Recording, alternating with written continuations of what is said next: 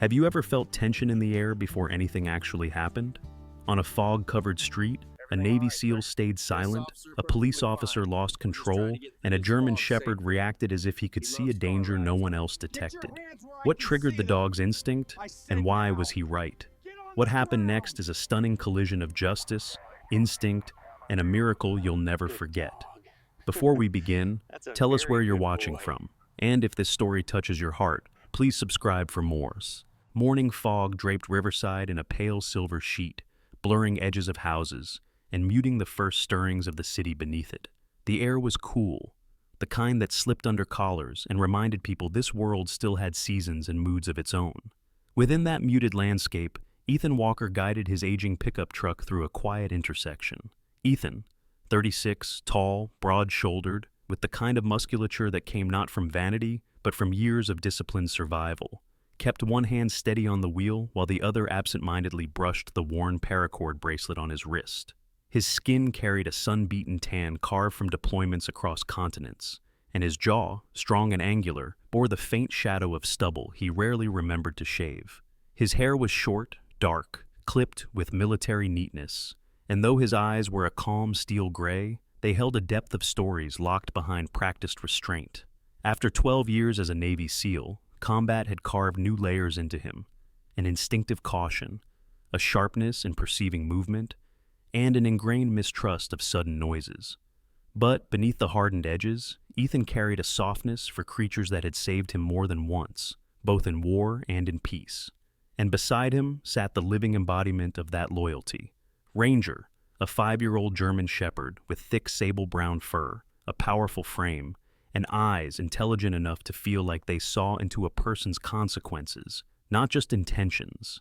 Ranger was no ordinary dog. He had been part of Ethan's SEAL K-9 unit, trained for search, rescue, detection, and silent communication.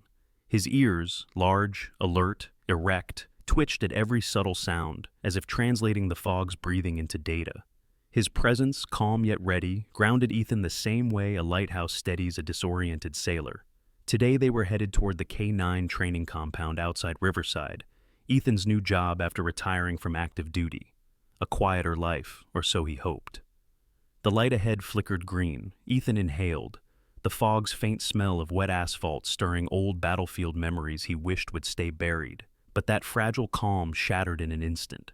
A piercing police siren exploded behind him, slicing through the fog like a blade of red-blue fire. Ranger's head snapped up, muscles coiling. Ethan's pulse quickened, not guilt, but that instinctive tightening in the chest, forged from years of being trained to react before thinking. He pulled the truck to the side, exhaling slowly. "Easy, boy," he murmured, though the words were as much for himself as for Ranger. The police cruiser door slammed. Heavy footsteps thudded against pavement. Into view walked Officer Colin Mercer, a man in his mid-40s with a solid but slightly paunchy build, the kind that suggested he once trained hard but had grown complacent in the comfort of routine authority. His hair was thinning on top, cut short but uneven, as if he had rushed the barber. His mustache, thick, sandy, and unkempt, dominated his upper lip. His uniform fit tight around his waist, and his walk carried the stiff impatience of someone who believed confrontation proved competence. Mercer's eyes, narrow and pale, flicked across Ethan's vehicle with quick, dismissive judgments.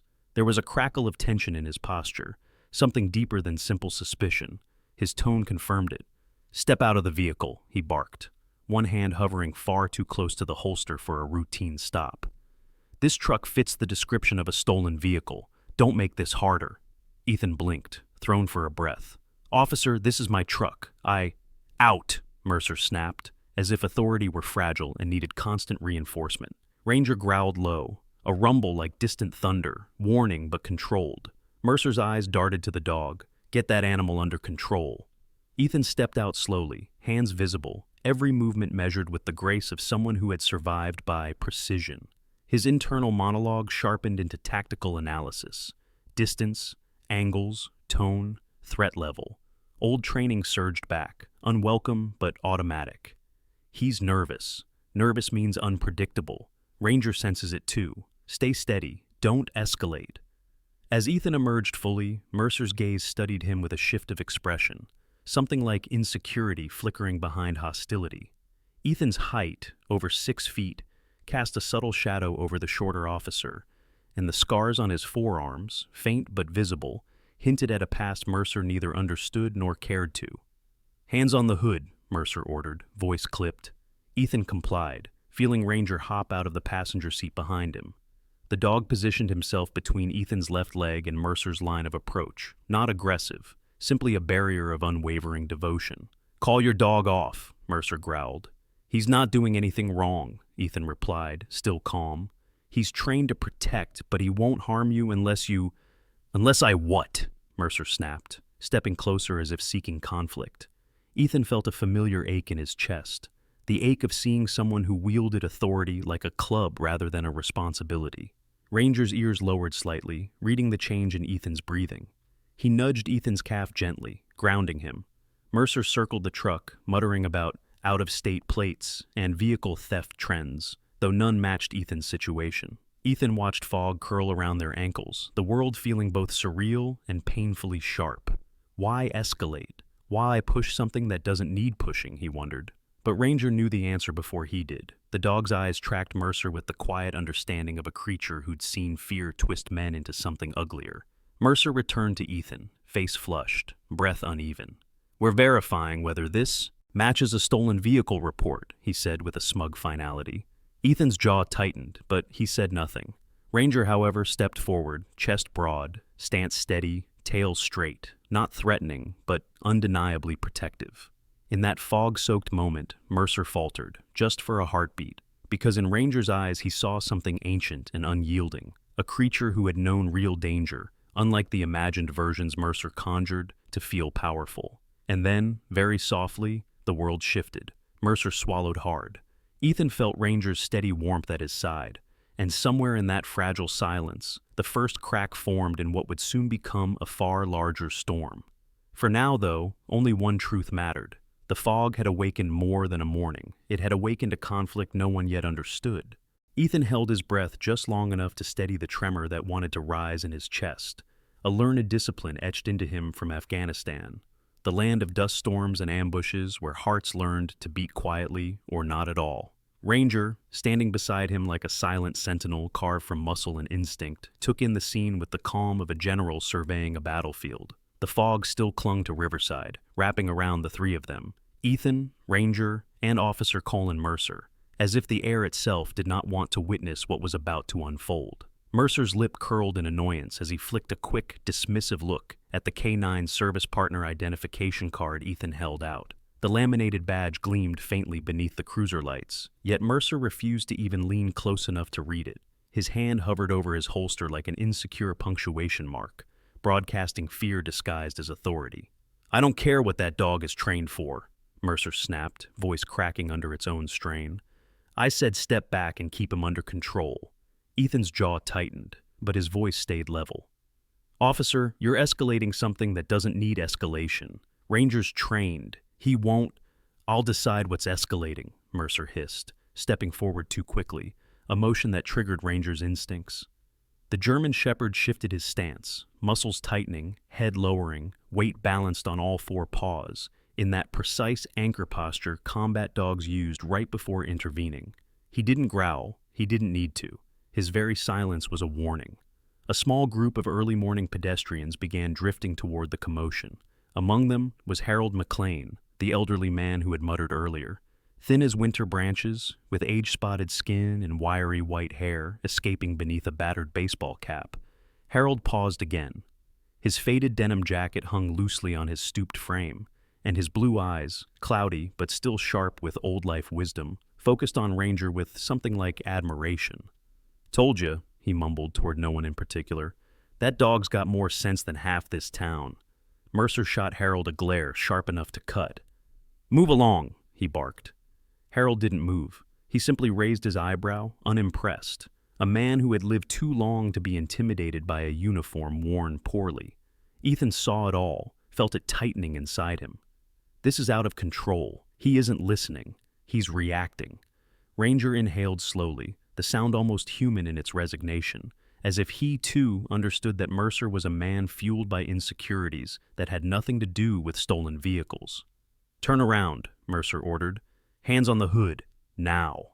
Ethan's muscles tensed instinctively, not from the command, but from the tone. Afghanistan had taught him the difference between a man enforcing rules and a man itching to exert power. Mercer was unmistakably the latter. Ethan complied, but Ranger stepped closer, brushing Ethan's leg with the side of his body, a grounding reminder of solidarity.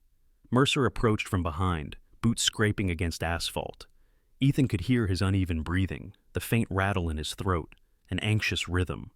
That told Ethan something important. Mercer wasn't angry. He was scared, and scared men made dangerous decisions. "Officer," came a voice, steady, firm, and cutting through the tension like clean steel. All three turned toward the sound. Emerging through the thinning fog was Officer Julian Cross, a newly introduced presence, tall, perhaps 6'3", with a runner's long limbs and a posture sculpted by discipline rather than ego. He was in his early 30s, with deep brown skin smooth, but marked at the jaw by a faint scar that curved like a half-forgotten story. His hair was cropped close, neat, and his dark eyes held a calm intelligence that weighed before judging. Cross's uniform fit cleanly, pressed to perfection, and even the radio on his shoulder seemed to rest with respectful alignment. He carried no nervous twitch, no agitated energy, only quiet authority. And unlike Mercer, he radiated presence without effort. "Colin," Cross continued, stepping closer, "Dispatch just sent clarification. The stolen vehicle is a black crossover sedan, not a truck." Mercer stiffened, defensive irritation rising before logic could. Maybe he swapped plates. Maybe he repainted it. "In 20 minutes?" Cross countered, voice mild but irrefutable. He examined Ethan with a composed thoroughness, then lowered his gaze to Ranger. His expression changed, subtly, respectfully, as he recognized the disciplined posture of a trained working dog. "Sir, is this your K-9 partner?" "Retired," Ethan said, "but yes." Cross nodded once, a gesture of understanding deeper than words. "Name?" "Ranger." Cross allowed himself the hint of a smile. "Good dog." Ranger's tail thumped once against the pavement, an acknowledgement. Mercer bristled. "Julian, stay out of this. I've got it under control." "You don't," Cross corrected softly, never raising his voice. "And you're making this harder for everyone." Ethan watched Mercer's reaction closely. The older officer's face darkened, jaw clenching, insecurity sharpening into anger. Mercer was a man who had spent too many years scraping for authority, and too few years earning respect. Being corrected, especially publicly, was a blow he couldn't swallow. "I'm calling in a verification team," Mercer snapped.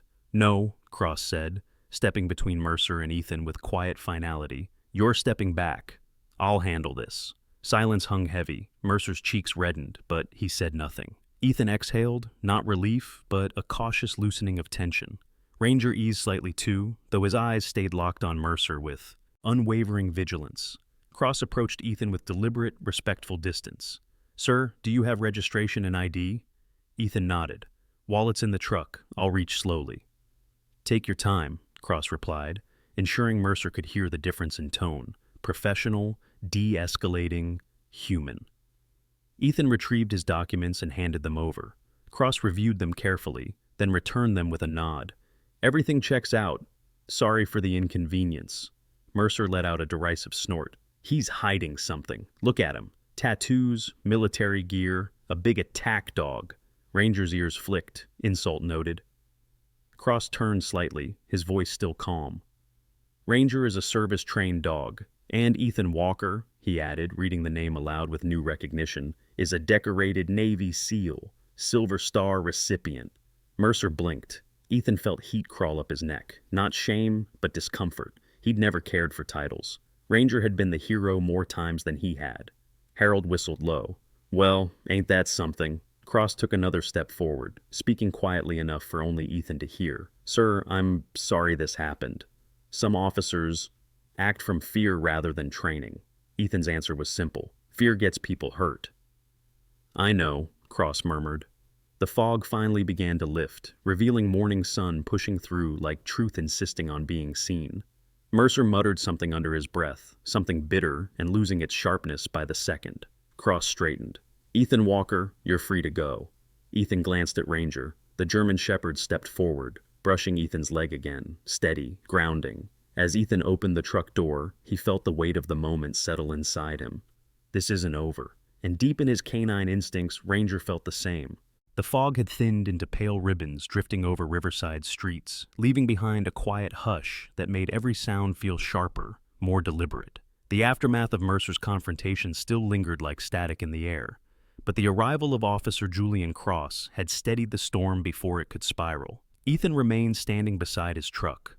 Ranger pressed close to his leg in that steadying way only a war-trained dog could manage, while the small but growing crowd watched with a collective breath held halfway between curiosity and caution.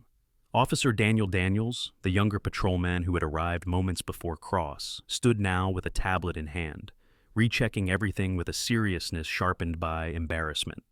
Daniels was in his late 20s, lean with a runner's physique, sandy hair cropped in a neat fade, and wide-set hazel eyes that gave him a permanently earnest, almost boyish expression. His clean-shaven jaw and lightly freckled skin made him look younger than he was, but the tension in his shoulders revealed a man accustomed to pressure, yet still learning how to carry it. His demeanor was polite to a fault, respectful, methodical, and slightly anxious, the kind of officer who wanted desperately to do things right. Daniels had always admired dogs, though he'd never owned one. Growing up in a cramped apartment with a single mother who worked 2 jobs meant pets were luxuries. So, seeing Ranger, a creature who radiated purpose, intelligence, and a depth of experience Daniels couldn't begin to fathom, had stirred something in him. He kept glancing at the dog with an odd mixture of awe and apology. As Daniels completed his checks once more, Cross stepped closer to Ethan. "You can relax," he said quietly. "This shouldn't have happened." Ethan gave a small nod, though his eyes stayed alert. Ranger pressed more of his weight against Ethan's calf, subtly sensing the lingering agitation in the air. Mercer paced near his cruiser like a man searching for a foothold that had long since vanished. His shoulders hunched forward, his steps awkward, like each movement fought against invisible weight. Ethan's instincts noted all of it. This man isn't letting go. He feels challenged. Ranger's nose twitched, catching some scent that made his tail stiffen. Ethan felt the dog's muscles shift. Then Cross's radio crackled, and a new voice came through. Steady, clipped, authoritative. "Unit 7, confirm status of the 1054. Supervisor en route." Cross lifted the device. "Copy. Scene under control. No threat present." Another voice joined the mix, the dispatch operator, a woman with a calm, practiced tone. "Supervisor ETA 4 minutes." As if summoned by those words, a dark blue SUV rolled through the dispersing fog, pulling to a slow stop behind Mercer's cruiser. The door opened, and out stepped Lieutenant Samuel Harris, the on-duty shift supervisor. Harris was a man in his early 50s, tall but slightly stooped, as if he spent most of his days leaning over paperwork rather than standing on a street. He had a square jaw framed by short graying beard stubble, and deep-set brown eyes that seemed permanently weary from years of managing officers who often caused more problems than they solved. His salt-and-pepper hair was parted with rigid neatness, though a few strands rebelliously escaped the order he tried to impose. His uniform bore the creases of a man who expected professionalism from himself and his department. Pristine, badge-polished, boots shined, but beneath that exterior lay someone shaped by difficult history, a veteran of the department's messiest years. Harris had once responded to a call that ended with a partner injured due to poor decisions by a reckless rookie.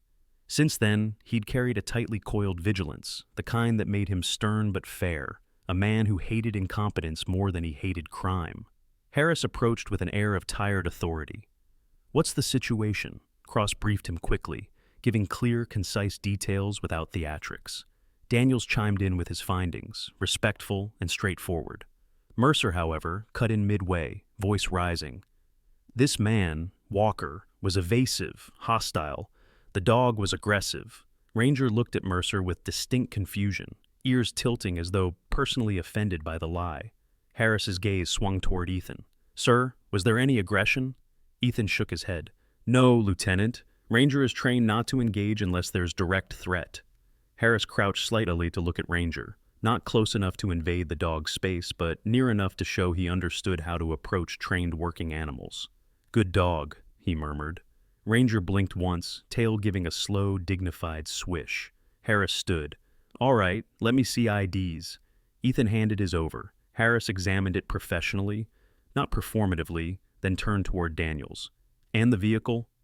"Registered," Daniels said quickly. "All documents verified. No flags." Harris exhaled a slow breath through his nose, a man taking stock before rendering judgment. "Colin," he said, turning to Mercer, "why did you initiate the stop?" Mercer's face tightened. It matched the description. "No," Cross interjected with calm firmness. "Dispatch clarified the error before escalation." Mercer glared at him. "Stay out of—" "That's enough." Harris's voice didn't rise, but its weight was iron. Mercer's mouth snapped shut. The watching crowd quieted, sensing a shift. "You had updated information," Harris continued, "and you ignored it." "I acted on instinct," Mercer insisted. "Instinct," Harris repeated slowly, like tasting a word he hadn't used in years. "Instinct is for situations where lives hang by seconds, not for traffic stops involving cooperative civilians." Ethan watched Mercer's hands shake slightly, not rage, but the tremor of a man realizing the ground beneath him had shifted. Ranger's gaze never left Mercer, head tilted in a way that said the dog found this man's decisions perplexing. "Lieutenant," Ethan finally spoke, voice steady but firm, "I'm not looking to press trouble. I just want to leave without this escalating further." Harris nodded. "And you will, sir." He turned sharply. "Colin, step aside. I'll handle the report." Mercer bristled, but obeyed, jaw grinding. Ranger's tail lifted, not in aggression, but in triumph, as though he had mentally declared checkmate. Harris gave Ethan back his documents. "You're free to go, and thank you for your patience." Ethan nodded, though the tension in his chest didn't fully fade.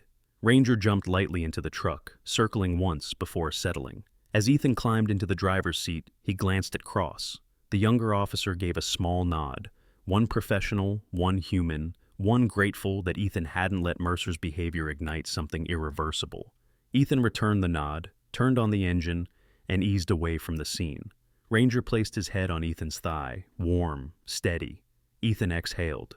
"This is only the beginning." Ranger's eyes, amber and knowing, confirmed the thought without a sound. The morning sun had finally burned through the last thin threads of fog, leaving Riverside washed in a pale gold glow that barely softened the tension lingering in the air. Ethan guided his truck slowly down the main road, the hum of the engine steady beneath him. Ranger lay stretched across the passenger seat, one paw resting heavily near Ethan's elbow, as if reminding him that human anxieties were not his alone to carry. Ethan's eyes flicked repeatedly to the rearview mirror, not from fear, but from habit. Years of scanning for threats had carved the instinct into him like a permanent muscle memory. He could still feel the heat of the confrontation behind him, Mercer's trembling anger, Harris's quiet disappointment, Cross's calm discernment, the weight of a crowd that might now carry whispers into corners of the city he did not yet understand. Ranger lifted his head, studying him. Ethan could feel the dog's silent diagnosis. "You're thinking again." The truck rumbled to a stop at a red light. A delivery van pulled up beside them, and the driver, a middle-aged man with a thick brown beard, stocky build, and cap pulled low, glanced over. His eyes widened when he recognized Ranger, the tall, broad-chested German shepherd with a presence that seemed to enforce order without effort. The man gave a thumbs up. Ranger blinked once, unimpressed but tolerant. Ethan almost smiled. Almost. He turned onto Hawthorne Avenue, nearing the K-9 training facility where he'd planned to spend his morning helping with drills. The facility sat at the edge of Riverside's industrial district, a cluster of warehouses, fenced lots full of stacked pallets, and low beige buildings that held more memories than aesthetics. In front of the training compound stood Sergeant Laura Merrick, the program coordinator. Laura was in her early 40s, tall and imposing in a way that demanded attention without asking for it. Her frame was athletic, broad shoulders, long limbs, and a straight-backed posture that carried the intensity of someone who once lived by strict protocol. She had sharp cheekbones, warm olive-toned skin, and long black hair pulled into a tight braid that swung slightly as she walked. Her dark eyes were fierce but perceptive, the type that could see through excuses before they were spoken. She had served 8 years in Air Force security forces before an injury forced her out. After that, she rebuilt her life through animal behavioral science, turning her military precision into training artistry. Laura stood with hands on her hips, watching Ethan pull in with a look that mixed relief and irritation, two emotions she often directed at him since he had joined the program a month earlier. "You're late," she said the moment he stepped out. "And judging by the look on your face, it's not because you were stuck behind a school bus." Ranger hopped down from the truck, tail raised but moving cautiously as he sniffed at a nearby training cone. Laura crouched to rub his shoulders. "Hey, tough guy." Ranger leaned into her hand, accepting the greeting. Laura stood again, crossing her arms. "All right, what happened?" Ethan didn't bother softening the story. He told her the events in plain detail: the stop, the accusation, Mercer's escalation, Cross's intervention, Harris's arrival. Laura listened in silence, biting the inside of her cheek, the way she did when her brain raced faster than her mouth. "That idiot Mercer is going to get someone hurt one day," she muttered. "And Harris knows it. He's been dealing with Mercer's screw-ups for years." Ethan nodded. Ranger nudged his leg again, sensing the heaviness settling in his tone. Laura pulled out her phone. "You mind if I call someone?" "Who?" Ethan asked. "A friend who needs to hear this." Before he could respond, she dialed. The call connected to a calm, crisp female voice. "Internal Affairs, this is Captain Elise Monroe." The name hit Ethan instantly. Elise Monroe was a legend within the Riverside Police Department, known for dismantling corruption rings, exposing procedural abuses, and walking into precincts with the kind of quiet authority that silenced even the loudest officers. Laura stepped away to speak privately, but Ethan could still observe the shape of the conversation from her posture. Tense shoulders, nods of agreement, the clipped efficiency of someone giving a report that would ripple far wider than this parking lot. While Laura spoke, Ethan walked Ranger toward the training field, needing motion to break up the frustration clouding his chest. Ranger sprinted ahead, stretching into a smooth, powerful run that showed why he had been unmatched in his SEAL unit. As Ethan watched him, footsteps approached behind him, quicker than Laura's, lighter, more uncertain. He turned to see Milo Carter, one of the newest trainees in the program, jogging over with an eager bounce. Milo was 23, with a wiry build, messy blonde curls, and a face full of freckles that gave him a perpetual look of innocent enthusiasm. His eyes were bright blue, wide with admiration every time he looked at Ranger or Ethan. Milo had grown up in foster care, bouncing through homes until he enlisted in the National Guard at 18. His time in service had taught him discipline, but not confidence, something he was slowly rebuilding under the mentorship of older trainers. "Sergeant Merrick said you got stopped by the cops this morning," Milo said, slightly breathless. "Are you okay?" "I'm fine," Ethan said. Milo glanced at Ranger. "He okay?" Ranger trotted to Ethan's side and sat, posture regal. "He's fine," Ethan confirmed. Milo hesitated, then lowered his voice. "Sir, I've seen officers like Mercer, guys who think authority makes them untouchable. They pushed me around a lot when I was a kid. Foster system wasn't kind." Ethan looked at the young man, seeing the vulnerability he tried so hard to hide. "Don't worry," Ethan said. "This isn't over, but it's not your burden to carry." Milo nodded slowly. Laura finished her call and joined them, slipping her phone into her pocket with a sharp exhale. "Elise Monroe is sending a report request," she said. "She wants statements from all officers involved. She's taking this seriously." Ethan felt a shift in his chest, something between reluctance and inevitability. Laura crossed her arms. "You okay with giving a statement?" Ethan hesitated. He didn't want to be dragged into departmental politics, but he also knew how many people like Mercer slipped through cracks, hurting civilians along the way. Ranger bumped his leg, eyes steady, as if reminding him of every time they had stepped into danger, because it was the right thing to do. Ethan looked at Laura, then at Ranger. "Yeah," he said. "I'll give a statement." Ranger wagged his tail. Somewhere behind them, the wind stirred the training flags, and the city of Riverside seemed to take a breath, prepared, as if sensing the ripple that would soon shake its foundations. In that moment, Ethan understood that the fog had only been the beginning. The real storm was just forming, and this time, he and Ranger would be at the center of it. 3 months had passed since the fog-bound morning that had cracked open a fault line inside Riverside's police culture, and on this bright, gold-washed day, the Academy auditorium buzzed with the restless energy of recruits who sensed they were part of something larger than themselves. Rows of trainee officers filled the room, sitting on stiff chairs beneath banners that read, "Courage, Integrity, Accountability." Each banner gleamed under the ceiling lights, as if the words themselves were being evaluated. Ethan Walker stood at the center of the stage in his usual quiet command, broad-shouldered, posture straight, dressed in a simple dark shirt and khaki pants. He didn't need a uniform to project authority. Years of carrying responsibility through sandstorms and night raids had carved it into his bones. His steel-gray eyes swept the room, not in challenge, but in assessment, as if he wanted to know how many hearts here were ready to uphold what their badges would soon demand. Beside him, Ranger sat tall, fur brushed to a dignified sheen, his deep amber eyes scanning the recruits with that uncanny blend of intelligence and warmth. The German Shepherd had aged slightly in these 3 months, just hints of silver beginning to whisper along the edge of his muzzle, but the strength in his frame and the clarity in his gaze remained unshaken. Lieutenant Samuel Harris stood on Ethan's other side, adjusting the microphone attached to the podium. Harris looked more grounded than before, still stoic, still carrying the lines of exhaustion etched by decades of departmental storms. But there was a steadiness now, a quiet pride. His uniform was crisp, badge freshly polished. A few strands of gray hair fell out of place across his forehead, giving him a more human edge than the stern figure officers normally encountered in the field. The seats continued filling until the last group shuffled in.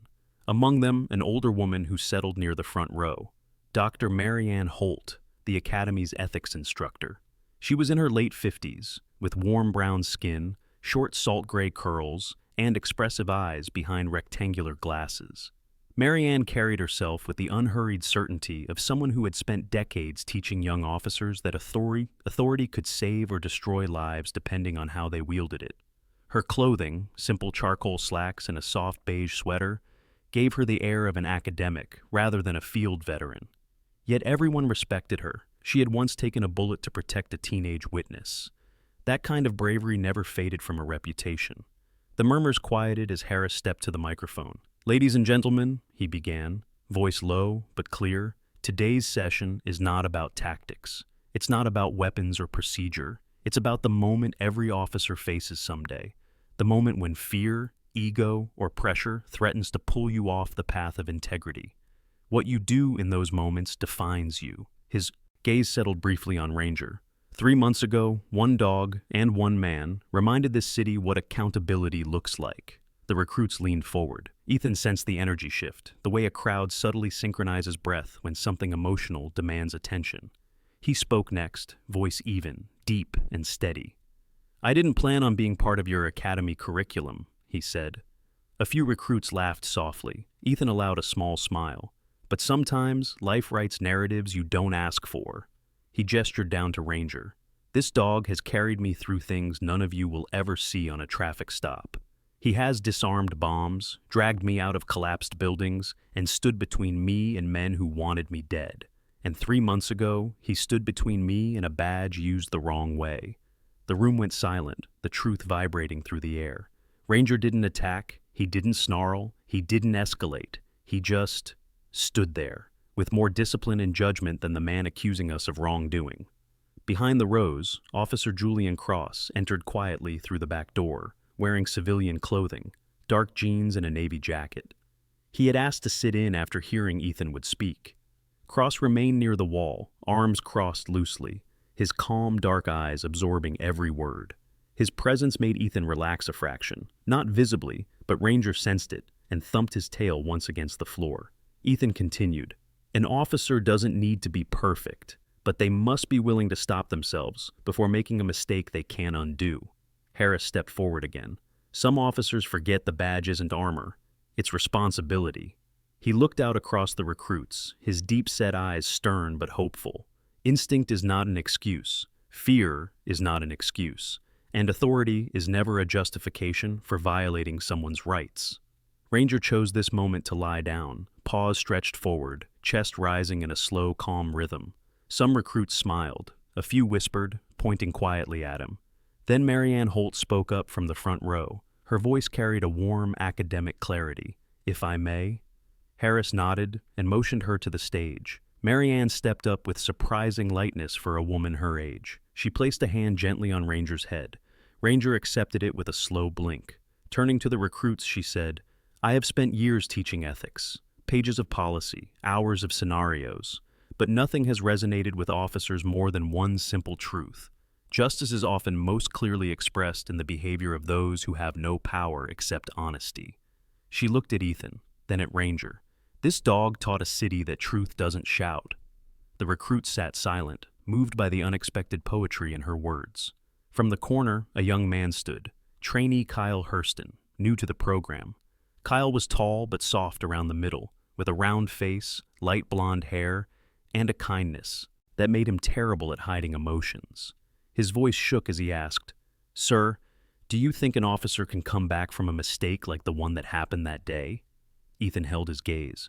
"Depends on the mistake. Depends on the man." Cross spoke quietly from the back, surprising everyone. "Depends on whether he chooses humility over pride." Heads turned. Kyle quickly sat down. Harris cleared his throat. "We're not here to discuss disciplinary cases today, but we are here to discuss the responsibility you now carry. The day you put on that badge, you represent more than yourself. You represent everyone who ever needed justice and didn't get it." A long pause, a meaningful one. Ranger lifted his head, ears flicking, as if sensing the emotional weight thickening in the room. Ethan ended the session with a simple truth. Courage isn't just running toward danger. Sometimes it's stopping yourself before you become it. The room erupted in applause, not loud or chaotic, but steady, respectful, heartfelt. Ranger stood and gave a single bark, sharp and bright, as though sealing the message. The recruits laughed, the tension breaking into warmth. Harris smiled. Marianne smiled. Even Cross smiled. And as Ranger walked off the stage beside Ethan, tail swaying in a slow, satisfied rhythm, everyone in that room knew this wasn't just a story about a traffic stop. It was the beginning of a cultural shift. One started by a quiet dog, a steady man, and a city ready, finally, to see its flaws. And somewhere in the back row, a single trainee whispered the truth aloud. That dog changed everything. In the end, this story is not just about a man, a dog, or a broken system healed by courage. It is a reminder that sometimes the smallest acts of loyalty, the quietest moments of truth, and the gentlest hearts among us become the miracles God plants in our path. Ranger was no prophet, no preacher, yet through him we see the way faith can work. Subtle, steady, often silent. A reminder that the Lord doesn't always send thunder or angels. Sometimes he sends a loyal companion, a moment of clarity, or the courage to stand firm when the world asks you to bend. In our daily lives, whether at work, on the road, or in the simple routines we take for granted, we are given chances to be that miracle for someone else. A moment of kindness, a pause before anger, a choice to do right when no one is watching. And perhaps that is how God moves through us, not through grand gestures, but through the quiet decisions that shape who we become. If this story touched your heart, share it with someone who needs a reminder that goodness still walks beside us, sometimes on four legs. Comment below with your thoughts, your experiences, or even your prayers for those who serve and protect with honor. And if you want more stories that lift the spirit, challenge the heart, and remind us of God's grace in ordinary moments, make sure you like this video, subscribe to the channel, and ring the bell so you never miss the next chapter. May God bless you, protect your home, guide your steps, and place a little miracle in your path today, just as Ranger was for Ethan, and perhaps for all of us who believe in light, even when the world feels covered in fog.